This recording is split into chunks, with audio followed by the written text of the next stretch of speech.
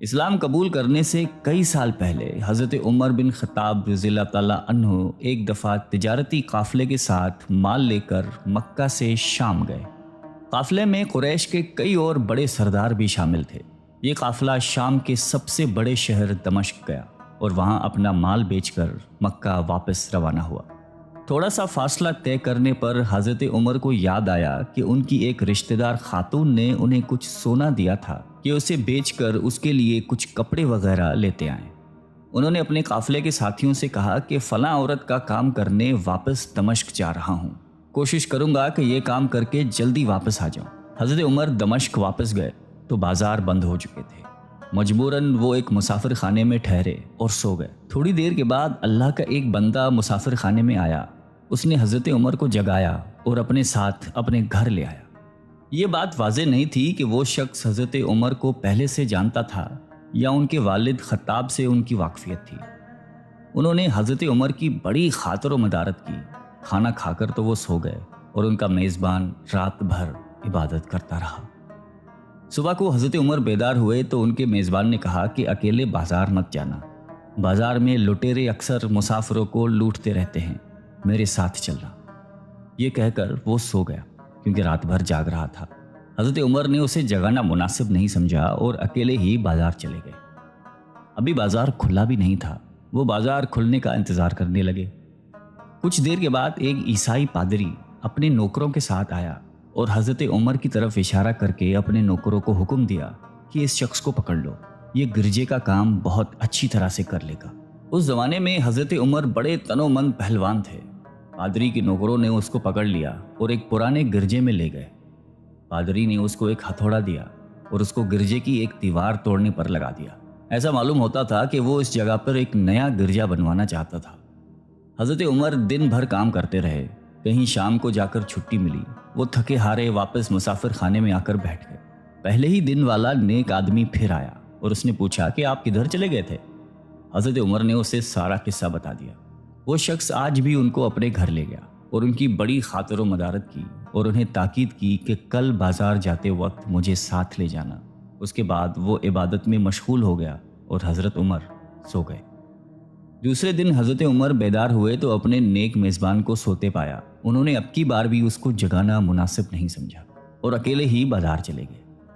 اتفاق سے پھر وہی پادری اپنے نوکروں کے ساتھ آیا اور حضرت عمر کو پکڑ کر ساتھ لے گیا۔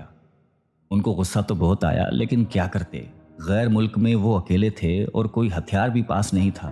دوسری طرف پادری کے ساتھ 7-8 نوکر تھے اور وہ سب ہتھیار بند تھے۔ پہلے دن کی طرح ہی حضرت عمر ہتھوڑے کے ساتھ گرجے کی دیوار توڑتے رہے۔ جب دھوپ تیز ہوئی تو پادری اور اس کے نوکر انہیں کام میں مشغول دیکھ کر چلے گئے اور حضرت عمر دیوار کے سائے میں دم لینے کے لیے بیٹھ گئے۔ اتنے میں وہ پادری گھوڑے پر سوار چپکے سے آیا اور حضرت عمر کے سر پہ ضرب لگائی اور کہا کہ ہم سب گھر گئے تو نے کام ہی چھوڑ دیا۔ اب حضرت عمر کو صبر کی تاب نہ رہی۔ انہوں نے ادھر ادھر نظر دوڑائی، ہر طرف سناٹا تھا۔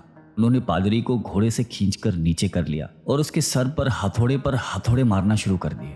وہ بہت چیخا چلایا لیکن اس کی مدد کے لیے کوئی نہیں پہنچا۔ حضرت عمر نے ٹوٹی ہوئی دیوار کا ایک بھاری ٹکڑا اٹھا کر اس کے سر پہ دے مارا۔ وہ پہلے ہی زخمی تھا، اب اس نے دم دے دیا۔ اس کو مرتے دیکھ کر حضرت عمر تیزی سے بھاگ کھڑے ہوئے اور جس راستے سے دمشق آئے تھے وہ راستہ چھوڑ کر ایک دوسرے راستے پر چل پڑے۔ شہر سے کافی دور انہیں ایک خچر پر سوار رومی ملا جو روم سے تعلق رکھتا تھا۔ وہ ان کے ساتھ چلنے لگا۔ وہ کچھ باتیں کرنے لگا لیکن نہ حضرت عمر ان کی زبان سمجھتے تھے اور نہ وہ ان کی زبان سمجھتا تھا۔ اس نے یکایک اپنی تلوار پر ہاتھ ڈالا۔ حضرت عمر سمجھ گئے کہ وہ ان پر وار کرنا چاہتا ہے۔ انہوں نے فوراً ہی خچر سے اسے کھینچ لیا اور اس سے تلوار چھین کر ایک ہی وار میں اس کا کام تمام کر دیا۔ پھر آپ خچر پہ سوار ہو کر آگے چلے۔ اس کے بعد کیا ہوا اس کا حال خود حضرت عمر نے اس طرح بیان کیا ہے کہ اس جگہ سے روانہ ہو کر میں ایک گرجے پہنچا۔ یہاں عیسائیوں کی ایک جماعت رہتی تھی۔ میں گرجے کے اندر داخل ہوا تو گرجے میں رہنے والے سب لوگ میرے ارد گرد جمع ہو گئے اور مجھ سے میرے حالات کے بارے میں پوچھنے لگے۔ پھر وہ اپنے پادری کے پاس مجھے لے گئے۔ پادری مجھے نہایت غور سے دیکھنے لگا اور اس کے بعد کہنے لگا کہ ایسا معلوم ہوتا ہے کہ تمہیں کسی چیز کا خوف ہے۔ میں نے کہا کہ تم نے کیسے اندازہ لگا لیا کہ مجھے کسی چیز کا خوف ہے؟ اس نے میرے سوال کو ٹال دیا اور کہا کہ آپ جب تک چاہیں یہاں ٹھہریں، آپ کو یہاں کسی قسم کا کوئی خطرہ نہیں، آپ ہماری حفاظت میں ہیں۔ پھر اس پادری نے مجھے اپنے گھر میں مہمان کی طرح رکھا اور میری نہایتی خاطر و مدارت کی، اور پھر پوچھا کہ آپ کون ہیں؟ میں نے اسے بتایا کہ میں مکے کا رہنے والا ہوں اور قبیلہ قریش سے تعلق رکھتا ہوں۔ تجارتی قافلے کے ساتھ شام آیا تھا۔ تجارت کا مال بیچنے کے بعد ایک ضروری کام کے لیے مجھے اپنے قافلے سے جدا ہو کر واپس دمشق جانا پڑا۔ اب میں اپنے وطن واپس جا رہا ہوں اور راستہ بھٹک کر یہاں آ نکلا ہوں۔ پادری مجھے غور سے دیکھتا رہا اور بار بار طرح طرح کے سوال کرتا رہا۔ میں نے ان کے ہاں نہایتی آرام سے رات بسر کی۔ صبح کو آپ نے پوچھا کہ آپ کا ارادہ یہاں ٹھہرنے کا ہے یا آگے جانے کا؟ میں نے کہا کہ اب میں آپ سے رخصت ہونا چاہوں گا۔ یہ سن کر پادری نے اپنا ایک شاندار گدھا جو بڑا خوبصورت اور نہایتی تیز رفتار تھا لے آیا۔ اس گدھے کی پیٹھ پر کھانے کی مزیدار چیزیں اور قیمتی تحفے بھرے ہوئے تھے، اور پھر کہنے لگا کہ آپ اس گدھے پر سوار ہو جائیں اور چل پڑیں۔ راستے میں آپ کا گزر کسی عیسائی کے مکان کے پاس سے ہوگا تو وہ آپ کو اس گدھے پر سوار دیکھ کر آپ کی بے حد تعظیم کرے گا اور آپ کی خاطر و مدارت میں کوئی کسر نہیں چھوڑے گا۔ یہ کہہ کر پادری نے میرا ہاتھ پکڑا اور تنہائی میں لے کر کہنے لگا کہ اے عمر، آپ پر میرا حق واجب ہو گیا۔ میں نے کہا بے شک۔ اس نے کہا آپ کا تعلق ایک معزز قوم سے ہے، میری آپ سے ایک غرض ہے۔ میں نے کہا کہ آپ بیان کر لیں، لیکن حیرت کی بات ہے کہ آپ جیسا بڑا آدمی مجھ جیسے پریشان حال مسافر سے کوئی غرض رکھتا ہو۔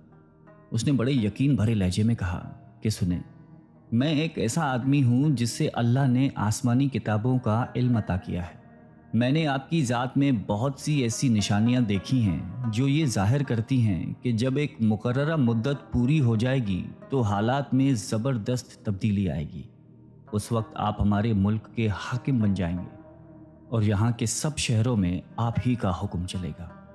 اس کے بعد پادری نے اپنی جیب سے دوات، قلم اور کاغذ نکال کر کہا کہ میری غرض یہ ہے کہ آپ اس کاغذ پر لکھ دیں کہ اس گرجے اور اس کی جائیداد پر کسی قسم کا کوئی موصول لاگو نہیں کیا جائے گا۔ میں نے حیران ہو کر پادری سے کہا کہ آپ مجھ سے مذاق تو نہیں کر رہے؟ اس نے کہا کہ قسم ہے اس ذات کی جس نے عیسیٰ علیہ السلام پر انجیل نازل فرمائی، میں جو کچھ کہہ رہا ہوں وہ بالکل سچ ہے۔ آپ مہربانی کریں اور میری درخواست قبول فرمائیں۔ میں نے پادری کی باتوں کو اس کا وہم سمجھا اور جیسے اس نے کہا میں نے اسی طرح کاغذ پہ اسے لکھ کر دے دیا۔ اس کے بعد گدھے پر سوار ہو کر چل پڑا۔ راستے میں مجھے کئی جگہ پر عیسائیوں کی جماعتیں ملی۔ انہوں نے مجھے ایک پادری کے گدھے پر سوار دیکھ کر میری بڑی خاطر و مدارت کی۔ میں اس طرح جگہ جگہ عیسائیوں کا مہمان بنتا تبوک تک پہنچ گیا۔ اللہ کی شان، جس تجارتی قافلے کے ساتھ میں گیا تھا وہ کافی دیر میرا انتظار کرنے کے بعد اسی جگہ سے چل پڑا تھا جہاں میں نے اسے چھوڑا تھا، اور اب تبوک میں ایک کنویں کے قریب ڈیرا ڈالے ہوئے تھے۔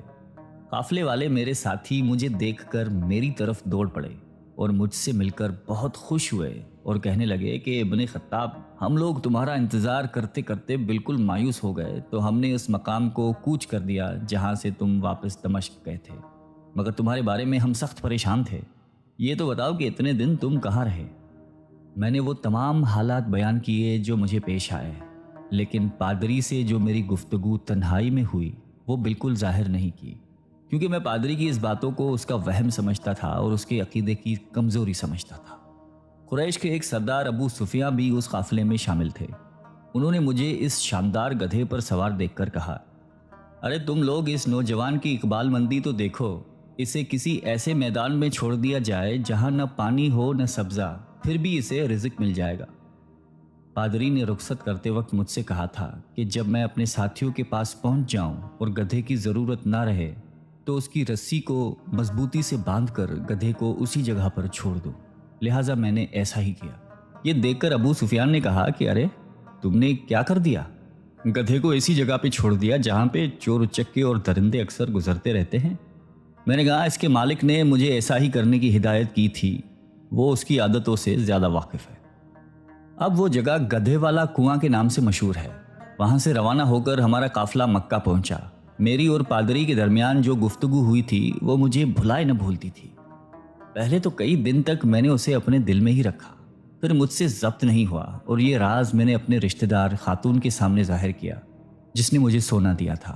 وہ بڑی عقل مند خاتون تھی۔ اس نے مجھ سے کہا کہ اے ابن خطاب، میں تمہارے بچپن ہی سے تم میں اچھی نشانیاں دیکھ رہی ہوں۔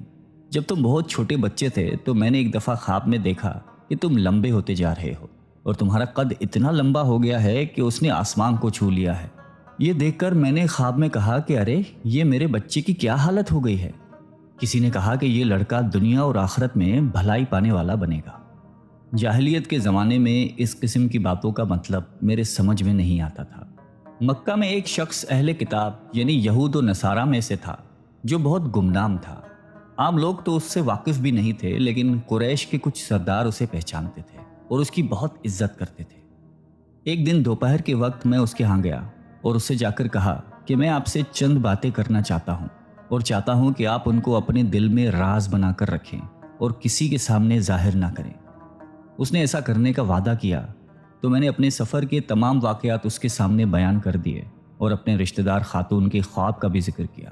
جب میں اپنی گفتگو ختم کر چکا تو اس نے کہا کہ ابن خطاب، جس کو تم نے موصول کی معافی کا وعدہ لکھ کر دیا ہے وہ اس زمانے میں عیسائیوں کا سب سے بڑا عالم ہے۔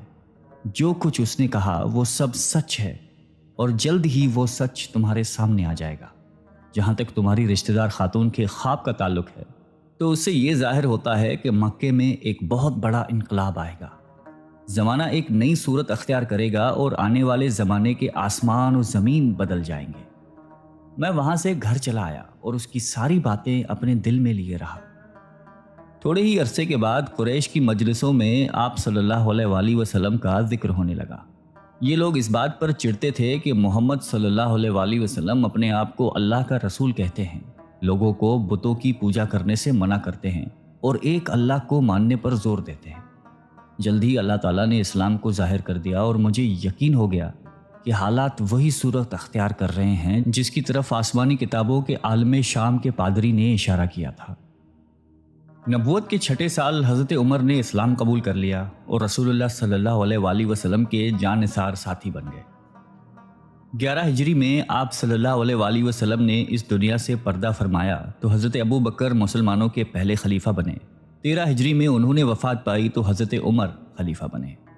ان کے سفر نامے کی روایت کرنے والے راوی کا بیان ہے کہ حضرت عمر فاروق اپنے خلافت کے زمانے میں شام تشریف لے گئے تھے تو ایک بہت بوڑھا آدمی جس کے بال برف کی طرح سفید ہو چکے تھے عیسائیوں کی ایک جماعت کے ساتھ ان کی خدمت میں حاضر ہوا اور عرض کیا کہ اے امیر المومنین، کیا آپ مجھے جانتے ہیں؟ حضرت عمر نے فرمایا کہ اگر آپ شام کے فلاں نگر کے پادری ہیں تو میں آپ کو پہچانتا ہوں۔ اس نے کہا کہ جی ہاں، میں وہی پادری ہوں۔ حضرت عمر فاروق رضی اللہ تعالیٰ عنہ نے فرمایا کہ میں نے آپ سے لکھ کر جو عہد کیا تھا وہ آج بھی قائم ہے۔ اللہ تعالیٰ نے اپنے رسول صلی اللہ علیہ وآلہ وسلم کے ذریعے ہمیں عزت بخشی۔ انہوں نے ہمیں اللہ تعالیٰ کی پسندیدہ دین اسلام کی طرف دعوت دی اور ہم نے یہ قبول کی۔ آپ ہی نے مجھے ان باتوں سے آگاہ کیا تھا۔ اب آپ کو کون سی چیز اسلام سے قبول کرنے سے روکتی ہے؟ بوڑھے پادری نے حضرت عمر کی باتیں سن کر اسی وقت اپنے ساتھیوں سمیت کلمہ پڑھ کر